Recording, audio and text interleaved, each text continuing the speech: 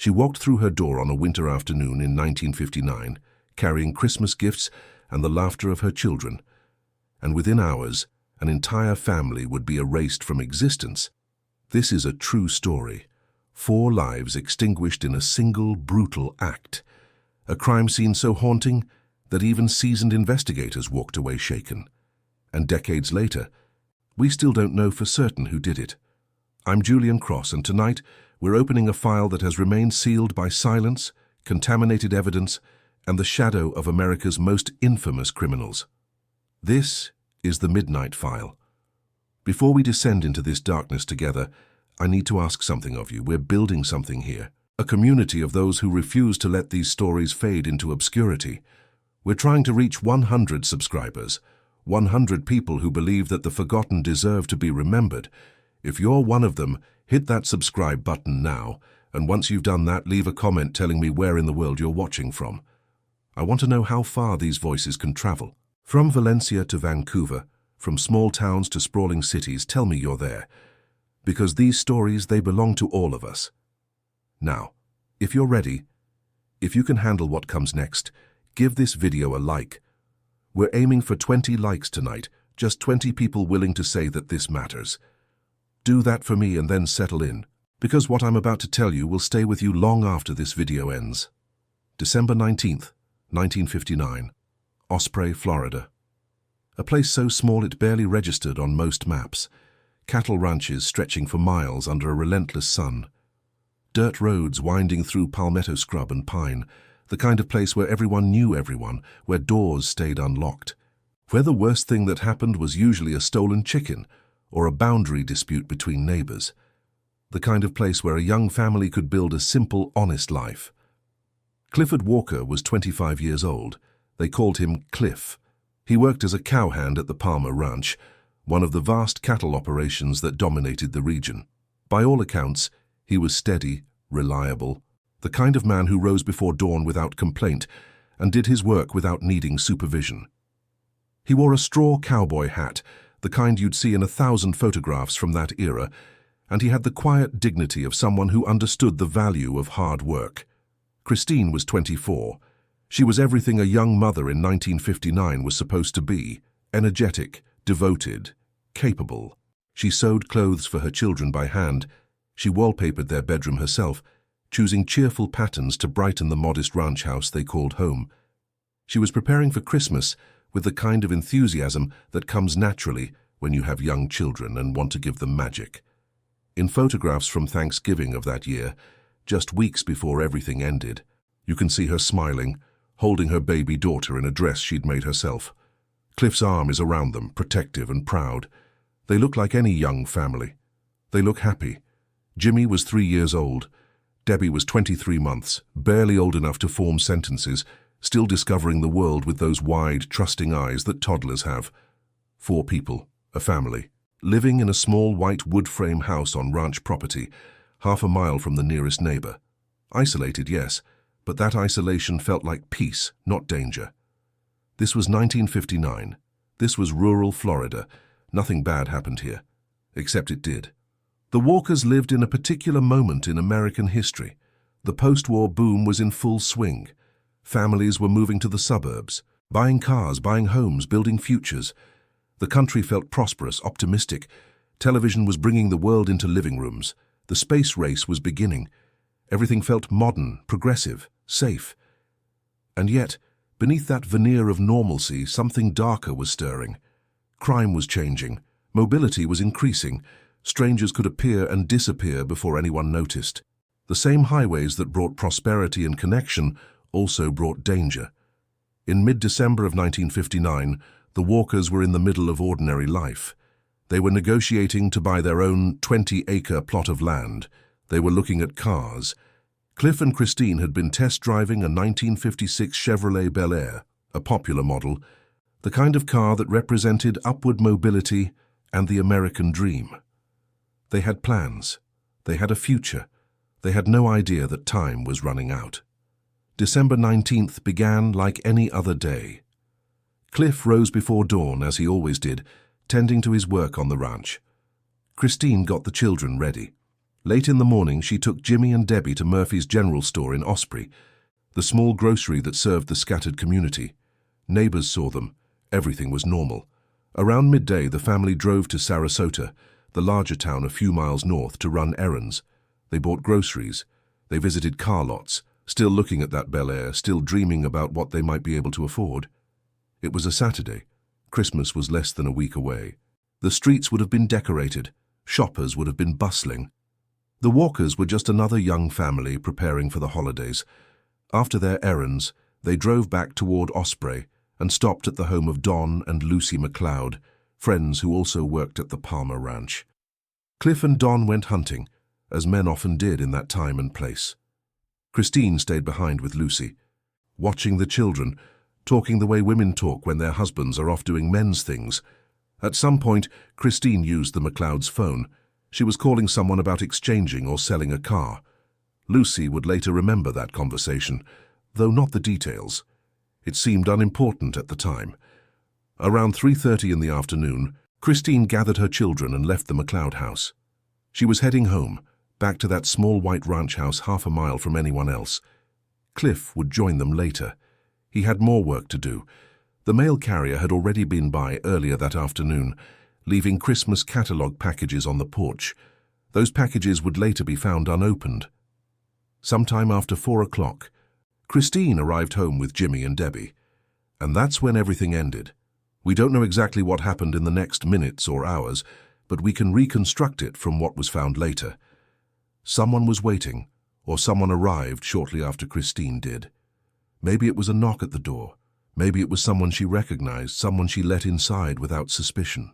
Or maybe it was forced entry, sudden and violent. We may never know. What we do know is that Christine encountered one or more assailants inside her home. She was beaten. She was assaulted in the most intimate, degrading way a woman can be violated. And then she was shot. The medical examination would later reveal that she'd been struck with 2 different firearms, at least one of them a .22 caliber weapon. One bullet grazed her head. Another struck her chest. Her dress and undergarments were disheveled. She was found barefoot. The scene told a story of terror and suffering that no one should ever have to endure. When Cliff returned home later that afternoon, he walked into a nightmare. He entered his own house and was ambushed, shot almost immediately in the living room. He fell on his back, still wearing his straw cowboy hat. A bullet entered through his right eye, ending his life in an instant. He never had a chance to defend his family. He never even had time to understand what was happening. Little Jimmie, 3 years old, was shot as well, but he didn't pass away immediately. Blood smears around his small body suggested that he crawled, injured and dying, to where his father lay on the floor. He curled against Cliff's side. That's where they found him, a child seeking comfort from a father who could no longer give it. And Debbie. 23-month-old Debbie. The person who did this shot her, but the shot didn't end her life. And here's where the brutality reaches a level that defies comprehension. Whoever did this realized they were running out of ammunition, so they carried that baby girl to the bathroom, placed her face down in the bathtub, plugged the drain with a sock, and turned on the water. And they watched as she drowned. If you need to pause this video, I understand. If you need to step away, no one will judge you, because there are details in this case that strip away every illusion of safety, every assumption that evil has limits. But we owe it to the Walkers to tell their story. We owe it to them to remember what was done. If this is affecting you, if you're feeling that weight in your chest that comes from confronting real horror, do something for me. Share this video. Not because I want views, but because stories like this need to be told. Someone out there might know something. Someone out there might remember a detail, a name, a face. Share this with someone who cares about justice. Share it with someone who refuses to let these families be forgotten. The crime scene was discovered just after dawn on December 20th by Don McLeod, the same friend who'd gone hunting with Cliff the day before. They'd planned to go hunting again early that morning, and when Cliff didn't show up, Don drove to the Walker house around 5:30. The house was dark, unnaturally so. There was a dim, flickering light inside, and Don worried about a gas leak or some kind of accident. He forced entry with his pocket knife. From the doorway, he saw Christine's bare feet pointing upward. He saw the bodies of Cliff and Jimmie in pools of blood on the living room floor. The scene was so shocking, so completely outside the realm of Don's experience, that he fled immediately. He drove to a phone and called the authorities, his voice shaking as he tried to explain what he'd seen. Sheriff Ross Boyer and multiple deputies from Sarasota County arrived soon after dawn, along with state agents. And here's where the investigation began making mistakes that would haunt the case for decades. In 1959, crime scene management wasn't what it is today. There was no standardized protocol, no yellow tape, no careful preservation of evidence. Deputies drove their cars right up to the house, likely destroying any tire tracks the perpetrator might have left. Officers walked through the scene wearing their own boots, contaminating footwear impressions. At one point, a newspaper photographer was even asked to document the interior because the sheriff's office didn't have dedicated crime scene staff. One bloody cowboy boot print was initially thought to be crucial evidence, a mark left by the person who did this, but later analysis revealed it matched a deputy's boot, not the perpetrator's. That single mistake shows how easily vital evidence can be lost or compromised. But despite those errors, investigators did collect substantial physical evidence. 7 spent .22 caliber shell casings were recovered from the scene. A cellophane strip from a cigarette pack, a brand that Cliff didn't smoke, suggesting a stranger had been in the home. A print was lifted from the bathtub faucet, the one used to drown Debbie. At the time, they believed it was a fingerprint. Years later, they'd realize it was a palm print, and by then the chance to compare it properly to suspects would be long gone. Most remarkably for 1959, investigators found and preserved a biological stain on Christine's underclothing, something they believed might be connected to her assault. That kind of foresight was extraordinary for the era. DNA testing wouldn't exist for another 3 decades, but someone had the wisdom to preserve that evidence, hoping that future science might unlock its secrets. Other details emerged as investigators processed the scene. Christine's suede pumps had blood spatter on the heels. The pattern suggested she might have used them as a weapon, striking or scratching her attacker. Several personal items were missing from the house. Cliff's pocket knife, his cigarettes, the couple's marriage certificate, and perhaps most disturbingly, Christine's treasured high school drum majorette uniform. Why would someone take that? Was it a trophy, a twisted souvenir, or did it have some other significance known only to the person who committed this act? The house itself told a heartbreaking story. There was a Christmas tree in the living room, decorated and lit. Wrapped presents sat beneath it. Holiday catalogs and toys were scattered around. The Walkers had been preparing for Christmas, for joy, for celebration. And instead, their home became a scene of unspeakable violence. In the first year after the incident, Florida analysts spent the equivalent of 44 full lab days on the evidence. They made 2,920 fingerprint comparisons. They conducted ballistics tests on more than 75 different firearms. This was one of the largest investigations in Florida's history at that time. And yet, despite all that effort, no conclusive match was found, no smoking gun, no clear suspect. But there was a theory. And that theory connected the Walker family to 2 names that would become infamous in American criminal history. If you're still with me, if you haven't closed this video and walked away, I want you to do something. I want you to think about how fragile our lives really are, how a single moment, a single decision can change everything. The Walkers decided to look at a car. That simple, ordinary decision may have put them in contact with evil. Before we continue, leave a comment. Tell me what you're thinking right now. Tell me if you've heard of this case before. Tell me if you believe in coincidence, or if you think everything happens for a reason. Because what I'm about to tell you will test your understanding of both. 5 weeks before the Walker family was destroyed, another family met a similar fate, the Clutter family of Holcomb, Kansas. Herb Clutter, his wife Bonnie, and their 2 teenage children, Nancy and Kenyon. On the night of November 15th, 1959, 2 men broke into their isolated farmhouse looking for a safe full of cash that didn't exist. When they found no money, they proceeded to tie up all 4 family members and execute them one by one with a shotgun. The scene was methodical, brutal, inexplicable. The 2 men were Richard Hickok and Perry Smith. They fled Kansas in a stolen 1956 Chevrolet Bel Air and drove south, eventually reaching Florida. Their crime would be immortalized by Truman Capote in his groundbreaking book In Cold Blood, which would become one of the foundational texts of modern true crime. The Clutter case became famous. The Walker case, happening just weeks later, would be largely forgotten. But here's what makes this story so compelling, so frustrating, so maddeningly unresolved. The timeline of Hickok and Smith's movements in Florida matches almost perfectly with the Walker incident. On December 18th, 1959, the day before the Walkers were attacked, Hickok and Smith checked into a motel in Miami Beach. They paid for a week in advance. But on the morning of December 19th, they abruptly checked out after just one night, abandoning the money they'd already spent. Why? What happened? What made them leave so suddenly? Multiple witnesses later placed two drifters, matching their descriptions in Sarasota County that very day, the day the Walkers were taken from this world. A saleswoman at a department store in Sarasota remembered serving two men, one dark-haired, one light-haired, on December 19th. The store was only a few miles from the Walker home.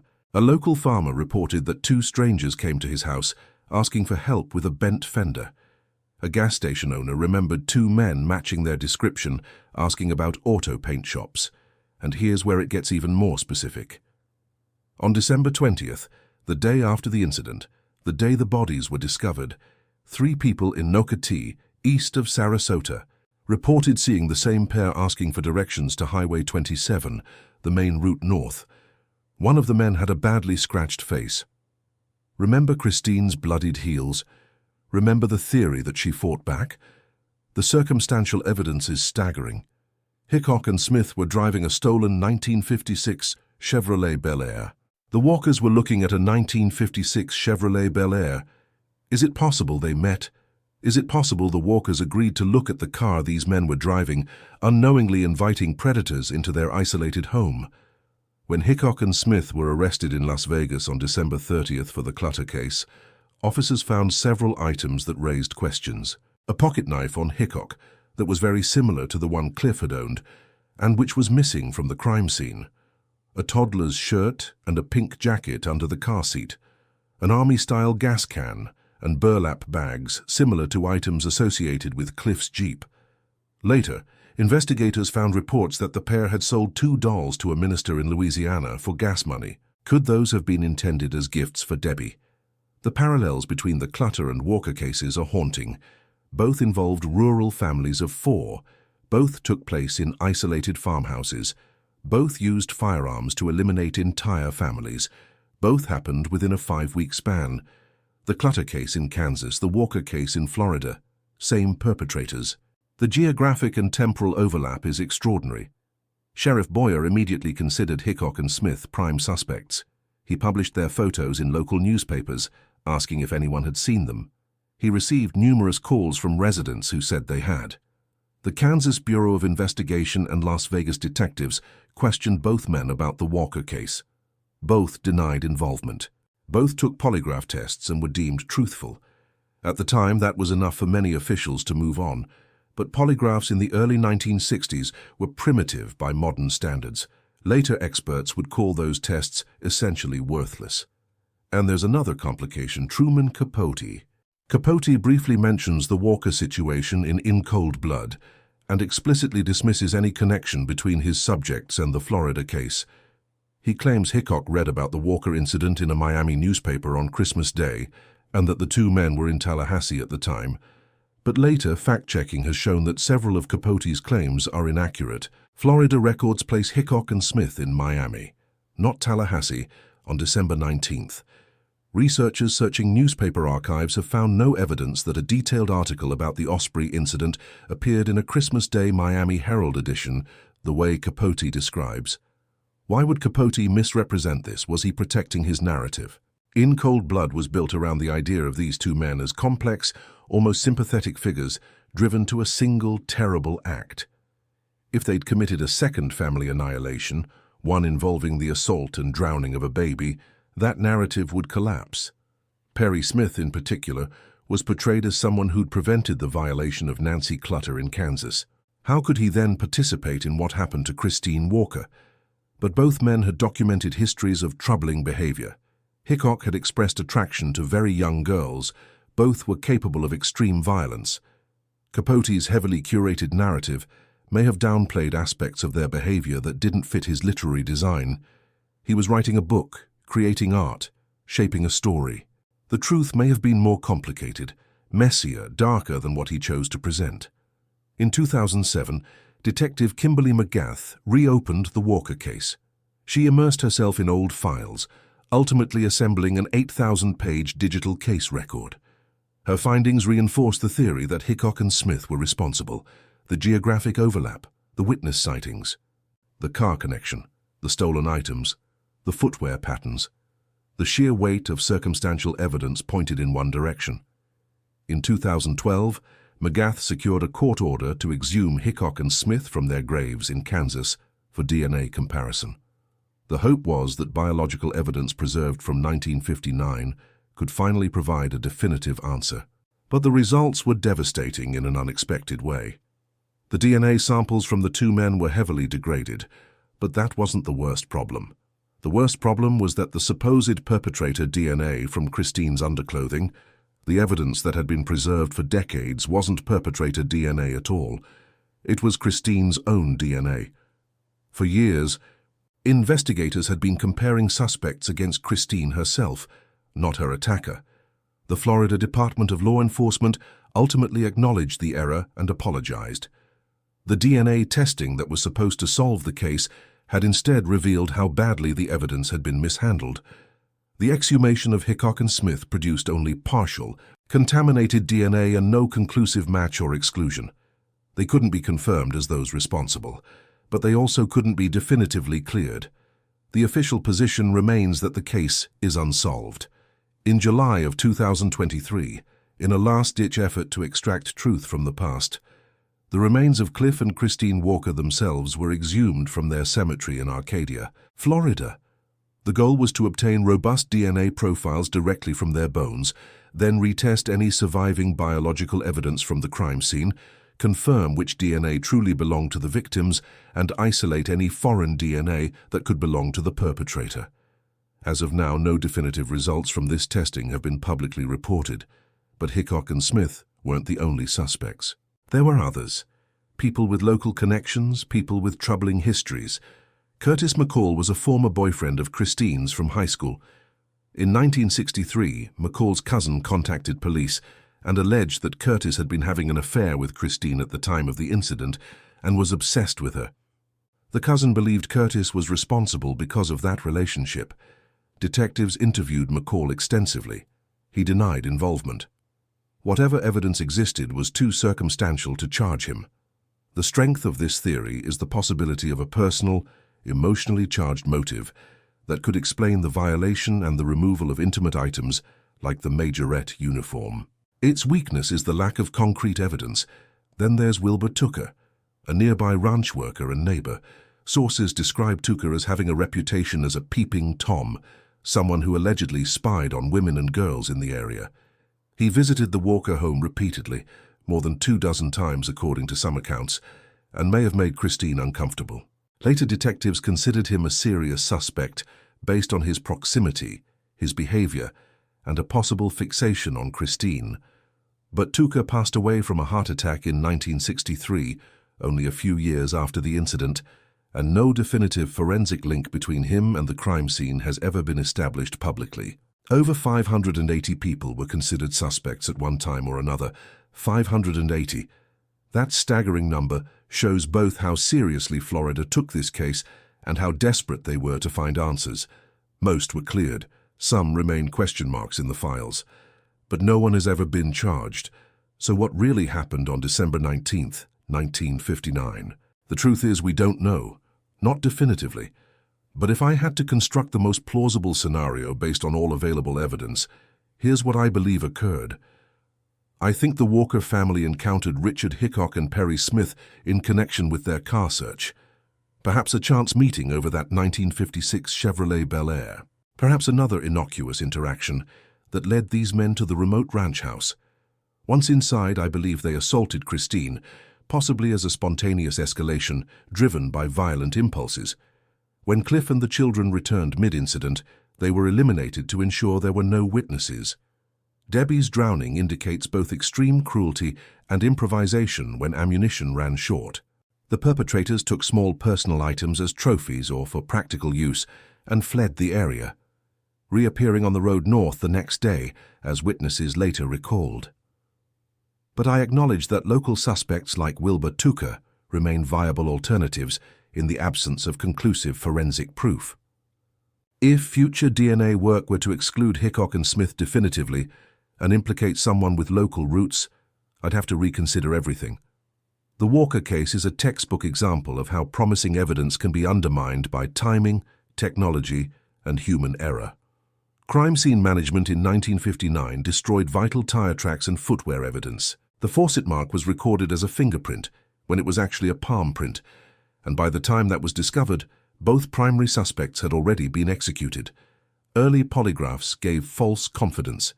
DNA lab errors consumed years of investigative focus. Administrative decisions limited new testing approaches. The original house was demolished in 1999, erasing any chance for modern reconstruction, and yet despite all of this, the case refuses to be forgotten. Christine's brother, Pat Myers, has spent decades pushing for new testing and exhumations. He made a promise to learn before he passes away who took his sister, his brother-in-law, his niece, and his nephew from this world. That promise drives him still. The Walker situation was overshadowed by the Clutter case, by Capote's literary genius, by the fame of In Cold Blood.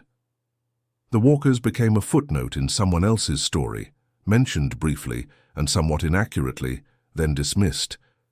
But they weren't a footnote. They were real people. Cliff, Christine, Jimmie, Debbie. They had dreams. They had a future.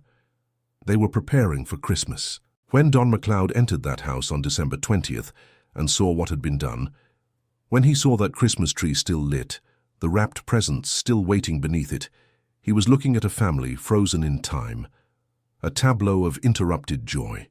The packages from the mail carrier remained unopened on the porch. The gifts under the tree would never be opened. The future the Walkers had been building ended in blood and horror on a December afternoon when evil walked through their door. Every town keeps a secret. Some just bury it deeper than others. Osprey, Florida, buried the Walkers in 1959, and for decades the world barely noticed. But the truth has a way of surfacing, doesn't it? Even when we'd rather let it rest. If this story has affected you, if it's made you think about justice, about memory, about the families who deserve answers even decades later, then do one thing for me before you go. Subscribe to this channel. Because the next file I open might be even more haunting. The next story might be the one that keeps you up at night. We're building something here, a community that refuses to let these voices fade into silence. And if you know someone who cares about unsolved cases, about real investigations, about stories that matter, share this video with them. The algorithm doesn't favor content like this. YouTube doesn't promote these stories the way it promotes entertainment, so we depend on you to spread the word. 4 people were taken from this world on December 19th, 1959. Cliff Walker, 25 years old, Christine Walker, 24, Jimmie, 3, Debbie, 23 months. They were preparing for Christmas. They were building a life, and someone destroyed it all in a matter of hours. We may never know for certain who did this. The forensic evidence is compromised. The primary suspects are long since gone, but we can remember. We can keep asking questions. We can refuse to let their story be forgotten. She walked through her door on a winter afternoon, carrying Christmas gifts and the laughter of her children. And within hours, silence fell over that small white house in Osprey. The Christmas tree stayed lit. The presents stayed wrapped. And somewhere, someone walked away knowing what they'd done, carrying that knowledge until their last breath. The file remains open. The questions remain unanswered. But the Walkers are no longer forgotten. This is Julian Cross. This is the Midnight File. And some stories refuse to let us go. Until the next time we meet in the darkness, remember this: justice delayed is not always justice denied. Sometimes it's just waiting for the right person to keep asking why. Good night.